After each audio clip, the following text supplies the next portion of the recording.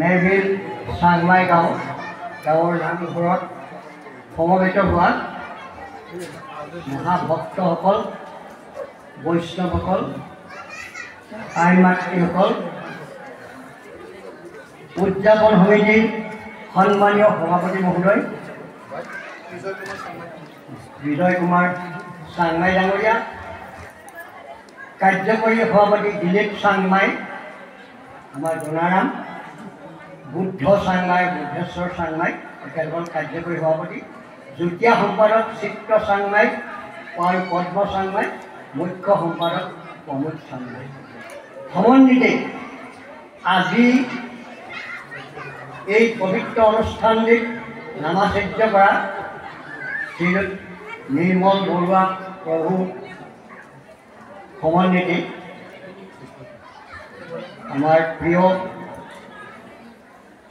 নন্দ লাচিতকে আদি কৰি মোৰ মৰমৰ প্ৰিয় ছাত্ৰ সদৃশ্য যাদৱ চাংমাই সমন্বিতে সমস্তখিনি আই মাতৃ সমন্বিত সকলোৰে প্ৰতি মই আন্তৰিক শ্ৰদ্ধা আৰু সেৱা জনাই আপোনালোকৰ শ্ৰীচৰণৰ ধূলি শিৰত লৈ মই আজি এই ভাগৱত উদ্বোধন কৰিবৰ কাৰণে বৰ্তমান ক'বৰ কাৰণে ইয়াত থিয় হৈছোঁ। হৈছে সময় বহুত আগবাঢ়ি গুচি গৈছে, তথাপিতো যি পাৰোঁ মই দুষাৰমান ক'বৰ কাৰণে আপোনালোকৰ ওচৰত সাজু হৈছোঁ, থিয় হৈছোঁ। ভুল ভ্ৰান্তি হ'লে ক্ষমা কৰিব, বিশেষকৈ আইসকলে বেছিকৈ ক্ষমা কৰিব লাগে। ক্ষমাৰ মোক ওম তৎসৎ।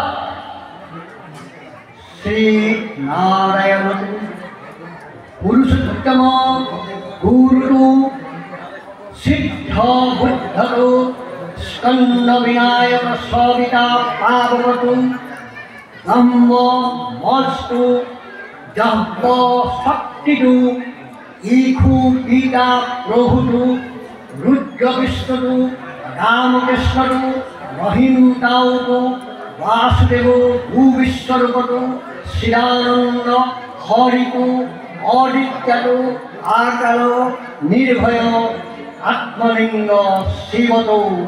ওম শান্তি, ওম শান্তি, ওম শান্তি। হে পৰম শ্ৰদ্ধাভাজন মহাভক্তসকল, শ্ৰীমদ ভাগৱত শাস্ত্ৰৰে এক পৰম পবিত্ৰ গ্ৰন্থৰ বিষয়ে ক'বলৈ যোৱা বৰ ডাঙৰ দুৰূপ ব্যাপাৰ। বাপেকে পুতেকে কথা কয়, সকলো কথা হয়। এজোপা কলৰ 12টা থোক গুৰি একেডাল। বাপেক হ'ল ব্যাস আৰু পুতেক হ'ল ব্যাসপুত্ৰ শুকমুনি। সেই কলগছডাল হ'ল শ্ৰীমদ ভাগৱত শাস্ত্ৰ আৰু তাত 12টা অধ্যায়, 12 স্কন্ধ, কিন্তু গুৰি একেডাল। সেই গুৰিৰ মুখ্য বস্তু হ'ল ভগৱান শ্ৰীকৃষ্ণ। এই কৃষ্ণক লৈ পানি এই ভাগৱতৰ মূল বস্তুভাগ আহিছে। ভগৱান শ্ৰীকৃষ্ণক আমি 3খন শাস্ত্ৰত পাওঁ। শ্ৰীমদ ভাগৱত শাস্ত্ৰত তেখেতৰ জন্মৰ পৰা মৃত্যুলৈকে। তাৰপিছত মধ্যে মহাভাৰতৰ মাজত কৃষ্ণই অৰ্জুনক যুদ্ধক্ষেত্ৰত দিয়া উপদেশৰ পৰা হোৱা গীতা শাস্ত্ৰ, আৰু মহাভাৰতৰ মূল নায়ক পঞ্চপাণ্ডৱৰ জ্যেষ্ঠ যুধিষ্ঠিৰ আৰু তেওঁৰ ভাতৃ মহাভক্ত ভীম, তেওঁৰ ভাতৃ মহাভক্ত অৰ্জুন, তেওঁৰ ভাতৃ নকুল সহদেৱ, এই মহাভক্ত আৰু মহাসতী দ্ৰৌপদীৰ সৈতে সংযুক্ত থাকি ভগৱান শ্ৰীকৃষ্ণই তাত সেই যুদ্ধত কৰিলে। তেখেতে মুখ্য উপদেষ্টা, ৰণপণ্ডিত, তেওঁৰ কূটনৈতিক নেতা আদি কৰি গোটেই কামখিনি পৰিচালনা কৰিছে। এই 3খন শাস্ত্ৰত আমি ভগৱান শ্ৰীকৃষ্ণক পাওঁ, বাকীবিলাকত কৃষ্ণ নাম পাওঁ, কিন্তু মুখ্যতঃ কাৰ্যত এই তিনিখন শাস্ত্ৰতে তেওঁ কাৰ্য কৰি দিছে।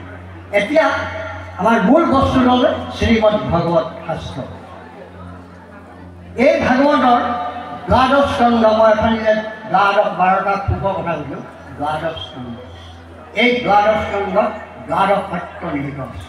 এই দ্বাদশ স্কন্ধক লৈ মানে মূল প্ৰতিপাদ্য বিষয় ভগৱান শ্ৰীকৃষ্ণৰ যি ভক্তি, ভগৱান শ্ৰীকৃষ্ণৰ যি লক্ষ্য, যি উদ্দেশ্য লৈ ভগৱান শ্ৰীকৃষ্ণই পৃথিৱীত আমাক মানৱ হিচাপে পৃথিৱীলৈ পঠাইছে, তেওঁৰ কৰ্ম কৰিবৰ কাৰণে যিখিনি আদৰ্শ, সেই আদৰ্শখিনি এই ভাগৱতত আছে। সেই ভাগৱতৰ মূল বস্তু হ'ল সেয়া। এই ভাগৱত কেনেকৈ আহিবলৈ পাৰে, অলপ চমুকৈ আহিছোঁ দেই। যে পঞ্চপাণ্ডৱৰ যেতিয়া কুৰুক্ষেত্ৰ যুদ্ধত 18 দিন হোৱা কুৰুক্ষেত্ৰ যুদ্ধত কেতিয়া হৈছে তোমাৰ অগ্ৰহায়ণ মাসে শুক্লপক্ষে ত্ৰয়োদশে তিথৌ মহাভাৰত যুদ্ধ সমুদ্ভৱে। আঘোণ মাহৰ শুক্লপক্ষ ত্ৰয়োদশী তিথিৰ দিনা মহাভাৰতৰ যুদ্ধ হৈছিল। তাৰ পৰা কৰ্মে গৈ ত্ৰয়োদশী বা ত্ৰয়োদশী, চতুৰ্দশী, পূৰ্ণিমা, তাৰপিছত এই 15 দিনা 18 দিনৰ দিনা যিদিনা ঘোৰ অমাৱস্যা, সেইদিনা কুৰুক্ষেত্ৰ যুদ্ধ সমাপ্ত হৈছিল। আৰু কুৰুক্ষেত্ৰ যুদ্ধৰ খলনায়ক দুৰ্যোধনৰ সেইদিনা ভীমৰ দ্বাৰা উৰ ভংগ কৰি তেওঁক মানে কি কৰা হ'ল, পেলাই দিয়া হ'ল। তাৰপিছতে তেওঁৰ মৃত্যু হ'ল। সেই সময়তে 3জন ব্যক্তিয়ে তেওঁক বিচাৰি আহিলে। সেই 3জন ব্যক্তি হ'ল যে কৃপাচাৰ্য কৃতব্ৰহ্মাৰ অশ্বত্থামা, গুৰুপুত্ৰ অশ্বত্থামা। এই 3জনে তেওঁক বিচাৰি আহি পাই তেওঁক যেতিয়া সেই অৱস্থাত দেখিলে, তেতিয়া অশ্বত্থামাই বহুত দুখ কৰি লগে লগে তেওঁ প্ৰতিজ্ঞা কৰিলে যে অপাণ্ডৱা ক্ষিতি, এই পৃথিৱীৰ পৰা মই পাণ্ডৱৰ নাম আজিয়েই শেষ কৰি দিম। সেই বুলি লগে লগে তেওঁ গৈ পানি পাণ্ডৱ শিবিৰলৈ গ'ল। কুৰুক্ষেত্ৰ যুদ্ধৰ শেষৰ দিনা কি ঘটিব তাক নিয়ন্ত্ৰণ কৰিছে কোনে? মই আগে কৈছোঁ মই যে ভগৱান শ্ৰীকৃষ্ণ, যাৰ ভক্তিত সদায় নিৰন্তৰে পঞ্চপাণ্ডৱৰ লগত নিৰন্তৰে তেওঁ আছিলে। তেওঁ কি কৰিলে, সেইদিনা পঞ্চপাণ্ডৱক তাৰ শিবিৰত কি কৰিলে, বৃক্ষৱতী নৈৰ পাৰত থকা এটা শিবিৰত পঞ্চপাণ্ডৱ, দ্ৰৌপদী আৰু শ্ৰীকৃষ্ণই তাত থাকিলে। এই শিবিৰত থাকিলে দ্ৰৌপদীৰ 2 ককায়েক ধৃষ্টদ্যুম্ন আৰু শিখণ্ডী, আৰু তেওঁৰ পঞ্চপুত্ৰ, দ্ৰৌপদীৰ পঞ্চপুত্ৰ প্ৰতিবিম্ব, শ্ৰুতভূম, শ্ৰুতকৰ্মা, শ্ৰুতকীৰ্তি আৰু হতানিক, এই দ্ৰৌপদীৰ পঞ্চপুত্ৰ এই শিবিৰত থাকিলে। আহি হেৰিয়ে অশ্বত্থামাই কি কৰে যে অশ্বত্থামা হ'ল 4টা শক্তিৰ পৰা জন্ম, কাম, ক্ৰোধ, অগ্নি, ৰুদ্ৰ, এই 4 শক্তিৰ পৰা সি জন্ম হৈছিলে। গতিকে সেইকাৰণে তাৰ গাত ৰুদ্ৰ শক্তি থকাৰ কাৰণে সেইদিনা সেই শিবিৰত ৰুদ্ৰ অৰ্থাৎ শিৱই সেইদিনা কি কৰিলে, ৰৈ আছিলে তাত। শিৱক সন্তুষ্ট কৰি সৰ্বনি দ্ৰৌপদীৰ পঞ্চপুত্ৰৰ মূৰকেইটা কাটি আনি দুৰ্যোধন ৰজাক দেখুৱালে যে এইকেইটা পঞ্চপাণ্ডৱৰ। তেতিয়া দুৰ্যোধনে চাই দেখিলে যে এইকেইটা পঞ্চপাণ্ডৱৰ মূৰ নহয়, সেইবোৰ পাপী ব্ৰাহ্মণ, তই মহাপাপী, তই আজি চন্দ্ৰবংশ কুৰুপাণ্ডৱৰ বংশ উচ্ছেদ কৰিলি, তই পাপী ব্ৰাহ্মণ, তই পঞ্চপাণ্ডৱক বধিব পৰা তোৰ ক্ষমতাই জন্মত নাই। মৃত্যুৰ মুহূৰ্তত মানুহৰ সদ জ্ঞান আহে। দুৰ্যোধনৰো সদ জ্ঞান আহি তেওঁ মূৰ আঠালিৰ মৃত্যু হ'ল, দুৰ্যোধনৰ মৃত্যু হ'ল। আৰু ৰাতিপুৱা শিবিৰত মহা হুলস্থুল আৰম্ভ হ'ল। হোৱাৰ লগে লগে দ্ৰৌপদীয়ে ক'লে যে সেই পাপী ব্ৰাহ্মণৰ মূৰটো মোক লাগে। লগে লগেই পঞ্চপাণ্ডৱৰ ভীম আৰু অৰ্জুন দুয়ো সেই পাপী ব্ৰাহ্মণ অশ্বত্থামাক বিচাৰি তেওঁলোকে গুচি গ'ল। গৈ পানি তাত পঞ্চপাণ্ডৱক যোৱা দেখি সি পলালে, কিন্তু ভীমৰ আগত সি কিমান পানীৰ মাছ তাক ধৰি লৈ আহিলে, আনি বান্ধি পুন্ধি একেবাৰে এই গাহৰি বন্ধা দেখিছে নহয়, তেনেকৈ বান্ধি আনি পিনি তাক ঢকুচকৈ আনি পেলাই দিলে। তেতিয়া ক'লে কাটা, ইয়াত ভীমে কৈছে কাটা, হেৰি অৰ্জুনে কৈছে। কিন্তু যেতিয়াই পঞ্চকল তাত তেনেধৰণৰ অৱস্থা দেখিলে মহাসতী দ্ৰৌপদীয়ে তেতিয়া ক'লে যে মোৰ পঞ্চপুত্ৰৰ মৃত্যুত মই মাক হিচাপে যিমান দুখ পাইছোঁ, আজি তেওঁক যদি মই বধ কৰিবলৈ কওঁ, তেওঁৰ মাতৃ গৌতমী, তেওঁৰ মাকৰ নাম গৌতমী, অশ্বত্থামাৰ মাতৃ গৌতমী মানে গুৰু কৃপাচাৰ্যৰ পত্নী, কৃপাচাৰ্যৰ মানে বায়েক, গতিকে তেওঁ হেৰি পাব, গতিকে তেওঁক ত্যাগ কৰা। শেষত চমুৱাই কৈছে দেই, তাৰপিছত এৰি দিলে। এৰি দিয়াৰ কিন্তু সিটো পাপী ব্ৰাহ্মণ বুলি ক'লে না, দুৰ্যোধনে ক'লে তই তোৰ কাম সদায় চিৰদিন পাপ বনাই তই অন্য চিন্তা কৰিব নোৱাৰিবি। সেইকাৰণে সি অৰণ্যলৈ গৈ সেই যে প্ৰথম কৈছে যে অপাণ্ডৱ ক্ষিতি, ক্ষিতি মানে পৃথিৱী, এই পৃথিৱীত আমাৰ পাণ্ডৱৰ নাম শেষ কৰি দিম বুলি কৈছিলে। তেতিয়া লগে লগে সি তাৰ পৰা কি কৰিলে, মহাকাল অস্ত্ৰ প্ৰয়োগ কৰি দিলে। কিন্তু মহাভক্ত পঞ্চপাণ্ডৱক একো কৰিব নোৱাৰিলে সেই কাল অস্ত্ৰই। কেলৈ? তেওঁলোক ভগৱান কৃষ্ণৰ আশ্ৰয়ত আছে। যি ভগৱন্তক চিৰদিন চিন্তা কৰে তাত কোনো কাম, কেলৈ কোনে কৈছিলে যে ভকতৰ ভয় আছে কৈত, প্ৰহ্লাদৰ চৰিত্ৰত দৈত্যক কৈছে না, দৈত্য কিন্তু যে ভকত হ'লে ভয় নাথাকে। সেইকাৰণে পঞ্চপাণ্ডৱৰ কোনো ভয় কৰিবলগীয়া নাছিলে। তাৰপিছত এতিয়া লগে লগে কি হ'ল, সেই পক্ষ ব্যৰ্থ হোৱাৰ লগে লগে সি পুনশ্চ কি ক'লে, ব্ৰহ্মাস্ত্ৰ প্ৰয়োগ কৰিলে। যেতিয়াই গুৰু অশ্বত্থামাই কি কয়, অশ্বত্থামাৰ পিতৃ দ্ৰোণাচাৰ্যই শিক্ষা লৈছে, তেতিয়া তেওঁ এটা কথা ক'লে যে মোৰ এই ছাত্ৰবোৰৰ মাজত দুজনেই আটাইতকৈ মোৰ মৰমৰ ছাত্ৰ, এজন হ'ল অশ্বত্থামা, আনজন অৰ্জুন। সেই অৰ্জুন তুমি মোৰ আটাইতকৈ প্ৰিয় ছাত্ৰ, তোমাক এটা বিদ্যা বেছি দিম, কিন্তু মোৰ পুত্ৰক এটা বিদ্যা কমাই থম। তাৰপিছত তেওঁ দুজনকে ব্ৰহ্মাস্ত্ৰৰ গৰাকী দুজনকে ব্ৰহ্মাস্ত্ৰ প্ৰয়োগ কৰিলে। লগে লগে তেতিয়া সেই পঞ্চকালাত্মক অস্ত্ৰ ব্যৰ্থ হোৱাৰ লগে লগে সি প্ৰয়োগ কৰিলে ব্ৰহ্মাস্ত্ৰ। আৰু ব্ৰহ্মাস্ত্ৰ যেতিয়া প্ৰয়োগ কৰিলে তেতিয়া অৰ্জুনেও ব্ৰহ্মাস্ত্ৰ প্ৰয়োগ কৰিলে, কিন্তু সি পাপী, গতিকে সি ব্ৰহ্মাস্ত্ৰ এতিয়া ব্যাসাদি ঋষিসকলে ক'লে যে তোমালোকে ব্ৰহ্মাস্ত্ৰ ঘূৰাই আনা। কাৰণ হ'ল কি, অৰ্জুনে ব্ৰহ্মাস্ত্ৰ প্ৰয়োগ কৰাৰ সময়ত গুৰুক স্মৰণ কৰিছিলে, ভগৱন্তক স্মৰণ কৰি মাৰিছিলে। সি কিন্তু খদ্গত গুৰুক স্মৰণ কৰিব পাৰিলে। যেতিয়াই গুৰুক স্মৰণ নকৰাকৈ যিকোনো মানুহে কাম কৰিব, সেইদিনাই তাৰ পতন হয়। লগে সি সেইদিনা গুৰুক স্মৰণ কৰিবলৈ পাহৰি লগে লগে ব্ৰহ্মাস্ত্ৰ প্ৰয়োগ কৰিলে। তেতিয়া ক'লে মই ব্ৰহ্মাস্ত্ৰ ঘূৰাই আনিলোঁ, তাৰ মোৰ সেইখিনি, কিন্তু অৰ্জুনৰ পাৰিলে। তেতিয়া সেই ব্ৰহ্মাস্ত্ৰই আক্ৰমণ কৰিলে তাত, যে পঞ্চ পাণ্ডৱৰ শেষ বংশধৰ অৰ্জুনৰ পুত্ৰ অভিমন্যুৰ পত্নীৰ গৰ্ভজাত সন্তানক আক্ৰমণ কৰিলে। আৰু সেই অস্ত্ৰক তেতিয়া চতুৰ্ভুজ ৰূপ লৈ ভগৱন্ত বিষ্ণুৱে তেওঁক ৰক্ষা কৰিলে। ৰক্ষা কৰি তেওঁ হেৰি হ'ল, প্ৰসৱ হ'ল। আৰু তেতিয়া গৰ্ভতে ভগৱন্তক দৰ্শন কৰা, ব্ৰহ্মাস্ত্ৰৰ পৰীক্ষাত উত্তীৰ্ণ হোৱা পৰীক্ষিত। এতিয়া সেই পৰীক্ষিতক লৈ পেলাই আজি এই ভাগৱতৰ মূল কাৰ্যসূচীটো, মূল সূতা, ভাগৱতৰ মূল লক্ষ্য এই কি হ'ল, পৰীক্ষিততা। যে পৰীক্ষিতৰ ব্ৰহ্মশাপৰ পৰা ভাগৱতখন প্ৰথম কি হ'ল, যে তাত আমি এটা বছৰ ধৰিলোঁ যে কাল সৰ্বশক্তিমান কাল। আপোনালোকে বিয়াৰ চূত্ৰৰ মহাভাৰত চাইছিলে আজি কিছু বছৰ আগত, যেতিয়া কোনে যেতিয়া আৰম্ভ হয় এখন সুদৰ্শন চক্ৰ ঘূৰে, তাৰপিছত নেপথ্যত চুক্ৰই এটা সহায় কৰে যে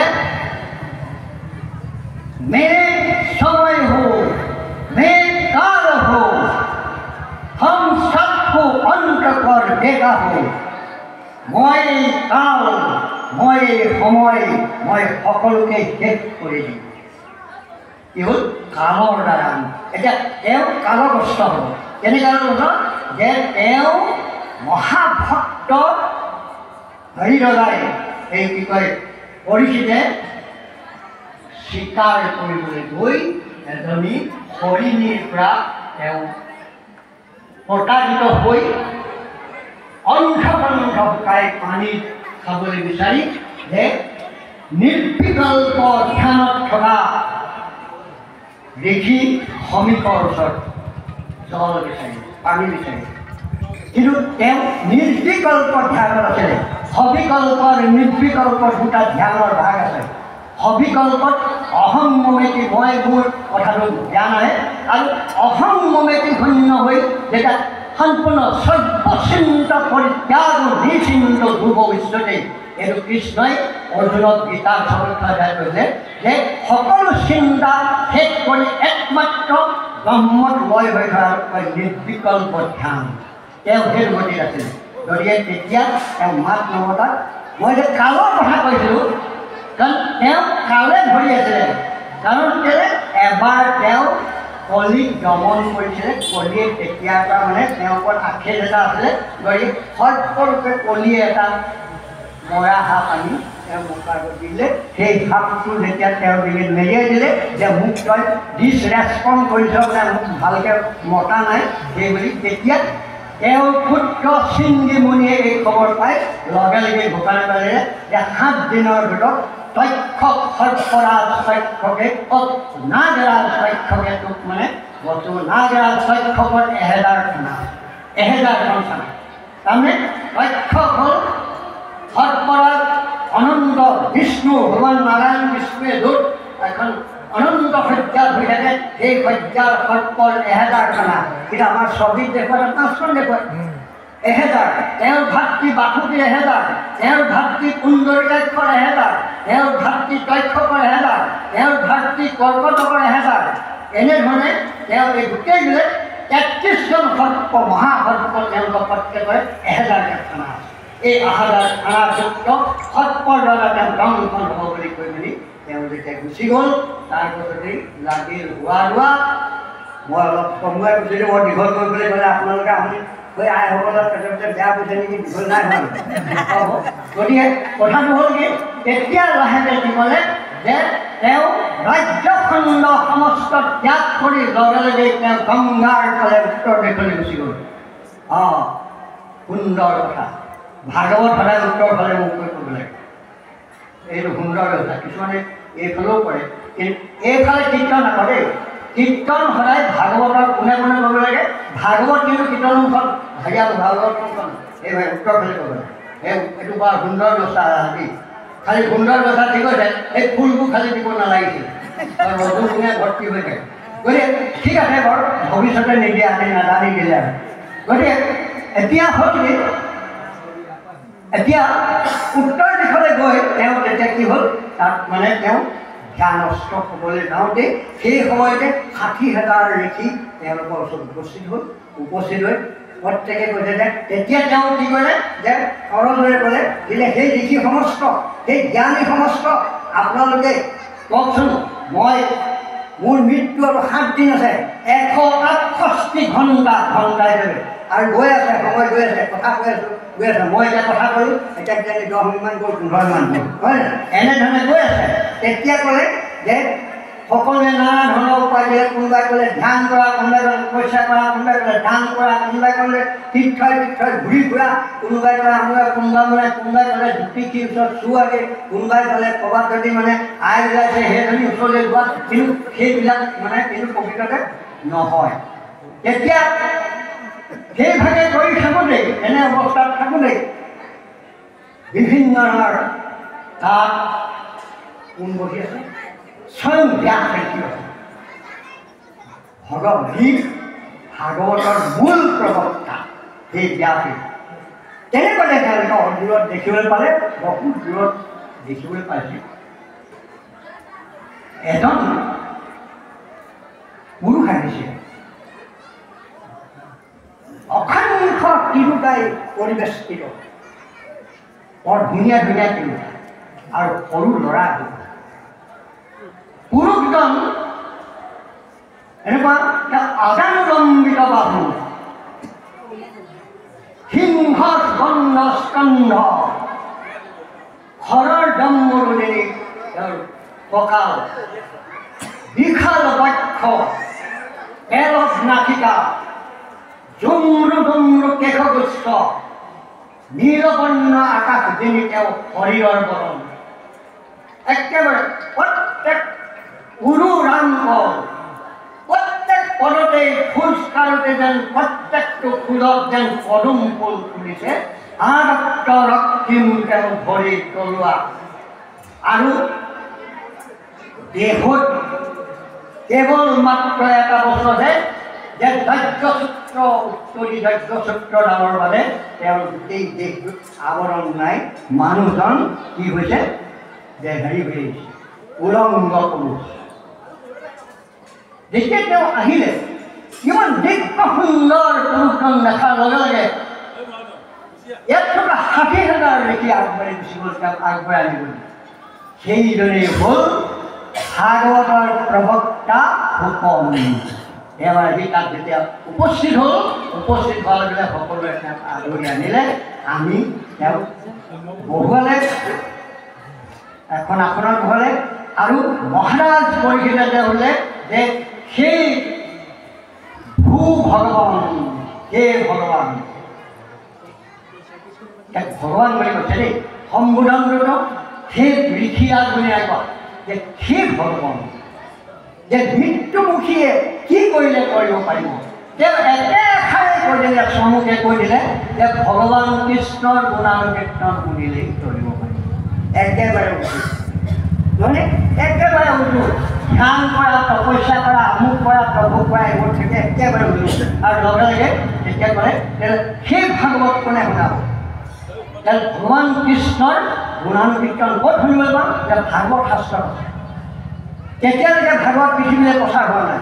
তেতিয়া তাত কি আছে, তেওঁৰ পিতৃ ব্যাসে তেওঁক পঢ়াইছিলে। সেই সভাখনক কোন কোনে শুনে? শুকমুনি আছে, শুকমুনিৰ পিতৃ ব্যাস আছে, ব্যাসৰ পিতৃ পৰাশৰ আছে, পৰাশৰ পিতৃ বামদেৱ আছে, তেওঁৰ পিতৃ বশিষ্ঠ আছে। বশিষ্ঠ পুত্ৰ বামদেৱ, বামদেৱৰ পুত্ৰ পৰাশৰ, পৰাশৰ পুত্ৰ শুক, কি কয় ব্যাস, ব্যাসৰ পুত্ৰ শুকমুনি। কিমান উপৰি পুৰুষ এই গোটেই গাড়ীখন বহি আছে, তেওঁৰ উপৰি পুৰুষ। যে তেতিয়া ক'লে সকলোৱে তেতিয়া উপৰি পুৰুষে থিয় হৈ ক'লে যে সেই নাতি, নাতিও নাতি, বশিষ্ঠৰ নাতিয়েকৰ নাতিয়েকৰ নাতি, কিমানটা নাতি দিব নাই। গতিকে এই আসনখন তুমি লোৱা। সেইকাৰণে সেই আসনখন হ'ল ব্যাস আসন। ব্যাস আসন যেতিয়াই ভাগৱতত বহিলে সেই আসনখন ব্যাস আসন। ব্যাসে চমজাই দিলে এটা পুত্ৰ তুমি ইয়াত বহা, আৰু মই যিখিনি তোমাক শিকাই গৈছোঁ সেই গোটেইখিনি এতিয়া কৈ যোৱা।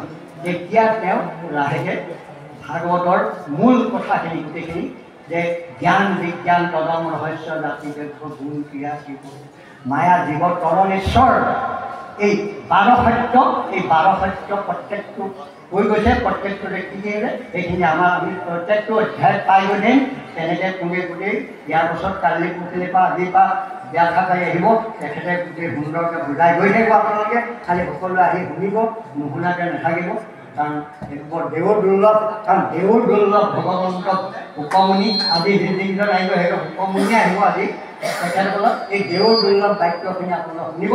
তাৰপিছত সেই ভাগৱতেই কি হ'ল যে কলি লাহেকৈ আহি শুকৰ পৰা, শুকমুনিৰ পৰা লাহেকৈ হেৰিয়ে পালে, পৰীক্ষিতে পালে। পৰীক্ষিতত এনেকুৱাতে আকৌ কি হ'ল, এইখিনি কৰি 7 দিন 7 ৰাতি হৈ আছে, শেষৰ সময় হ'লগৈ, যাব হ'লগৈ। আৰু শুকমুনি এটা বিশেষত্ব আছে কি, যে তেওঁ এজনী গাই গৰু খীৰাওঁতে যিমান সময় লাগে সিমান সময় ৰয়। আপুনি যদি এখন হাতে গাই গৰু খীৰাই তেতিয়া আপোনাৰ 15 মিনিট লাগে। যদি আপুনি নেপালী গৈ 2 ঘণ্টা খীৰাই তাত খুব বেছি 5 মিনিট লাগে। ফটাফট ওলায়, 2 ঘণ্টাত মাৰিলে ওলাই নাযায়। এখন হাতে বাৰু 5-15 মিনিটমান লাগে।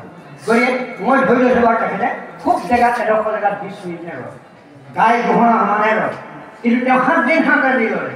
তেতিয়া তেওঁ ক'লে যে মই আসন ত্যাগ কৰিলোঁ, আৰু মই এতিয়া সেই মহাৰাজ পৰীক্ষিত আপোনাৰ কিবা জানিবলগীয়া আছে বোলে? মোৰ জানিব, কাৰণ মই এতিয়া মোৰ লিংগ শৰীৰটো দেখা নাই, মই গোটেই দেহটো মোৰ এতিয়া কৃষ্ণময় হৈ আছে। তেতিয়া তেওঁ চালে ইতিমধ্যে তাৰ আগতে এটা কথা ক'বলৈ পাহৰি আহিছোঁ, আকৌ পুনৰ মই উলুকিয়াই দিছোঁ যে যেতিয়াই উপমুনিয়ে কৰিলে যে ভগৱন্ত কৃষ্ণৰ নাম শুনিলেই বা তেওঁৰ নাম ল'লেই মুক্তি পাব পাৰিব। এই ঋষি মুনিবিলাকৰ ভিতৰত প্ৰত্যেকটো বিহুৱে যে সেই ধ্যান কৰা, যাগ যজ্ঞ কৰা, পূজা কৰা, দেৱ দেৱী পূজা কৰা, বলি বিধান দিয়া সোপা কৈছে নাই, সেই সোপাৰ 32,000 উঠি গৈ পিনি 28,000 কৰিলে।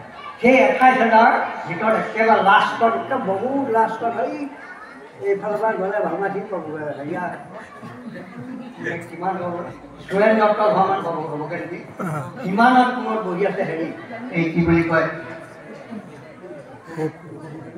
কোন বহি আছে হা সুত সুত বহি আছে। এতিয়া আঙুলি লৈকে তাৰ ওচৰলৈ মাতি দিলে যে 25 বছৰীয়া যুৱক, এই যুৱকে কেৱল মাত্ৰ এই গোটেই কথাখিনি এওঁহে মনত গ'লে 7 দিন 7 ৰাতি বাকিব কাৰো মনতে একোকে নাই, একো হেৰিয়ে নাই, আহিল কণা গ'ল কণা খাগৈ গ'লে আমাৰ নিচিনা। আমি এতিয়া মানুহটা ভাবি আছোঁ জলপান কেতিয়া দিব নহয়, চাউল কথা বনাইছে নাই, হয়নে নহয়? সেই তেওঁ আমাৰ ভকতৰ মাজতো তেনেকুৱা ভাৱ আছে, সেই ঋষিবোৰৰ মাজতো তেনেকুৱা যে নাছিলে নে নহয়। 7 দিন 7 ৰাতি বহি আছে যদিও কিজানি ঘৰৰ কথাও ভাবি আছে কোনে জানে, হয় নহয়? আমাৰ পৰিবাৰে কি কৰিছে, গৰু কিজানি ভালকৈ বান্ধিব পাৰিছে নাই, সেইটোতো ভাবি আছে নাই? এতিয়া সেইকাৰণে ক'লে যে এই যুৱক, এই 25 বছৰীয়া যুৱক এওঁহে কেৱল মাত্ৰ কি হ'ব মানে গোটেই কথাখিনি হ'ল। তেওঁ আছিলে ভূত কেলে বোলে ক'বনে যে ক্ষত্ৰিয়নী গৰ্ভজাত ব্ৰাহ্মণৰ সন্তান অংগস্থ বুলি কয়। ব্ৰাহ্মণেও স্বীকাৰ নকৰে তাক ব্ৰাহ্মণ বুলি, ক্ষত্ৰিয়ই স্বীকাৰ নকৰে ক্ষত্ৰিয় বুলি কৰি সেই শ্ৰেণী কয় ভূত। আৰু সেইবিলাকে ৰথৰ সাৰথি কৰে আৰু লগতে ভাগৱত আৰু পুৰাণ পাঠ কৰে। সেই শ্ৰেণীটোক পুৰাণ পাঠ কৰে, তেওঁলোকে পুৰাণ। সেই শ্ৰেণীৰ মানুহবোৰৰ মগজবোৰ বৰ চোকা, তেনেকুৱা ক্ৰছ ব্লাডৰ মানুহবোৰ মগজ বৰ চোকা হয়।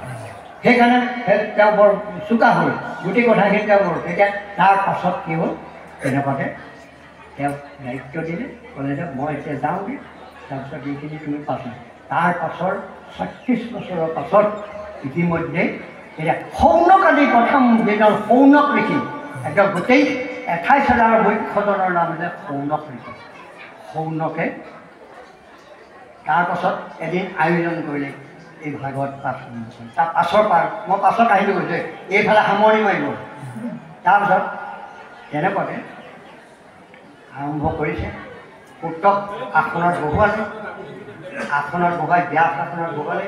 28,000 ঋষি সেই সময়ৰ পৰা বহিলে, আৰু নতুনকৈ আসনো বহিলে, আৰু কোনোবা 2-4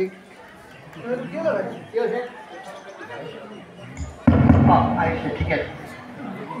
তাৰপিছত বহুৱাই পিনি তেতিয়া এনেকুৱাতে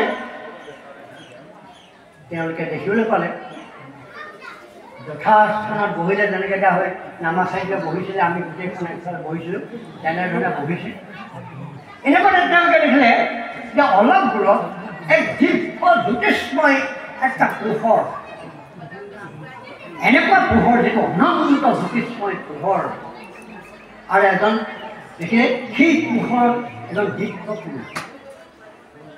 তেতিয়া সকলোৱে ক'লে যে আমাৰ আজি ভাগৱত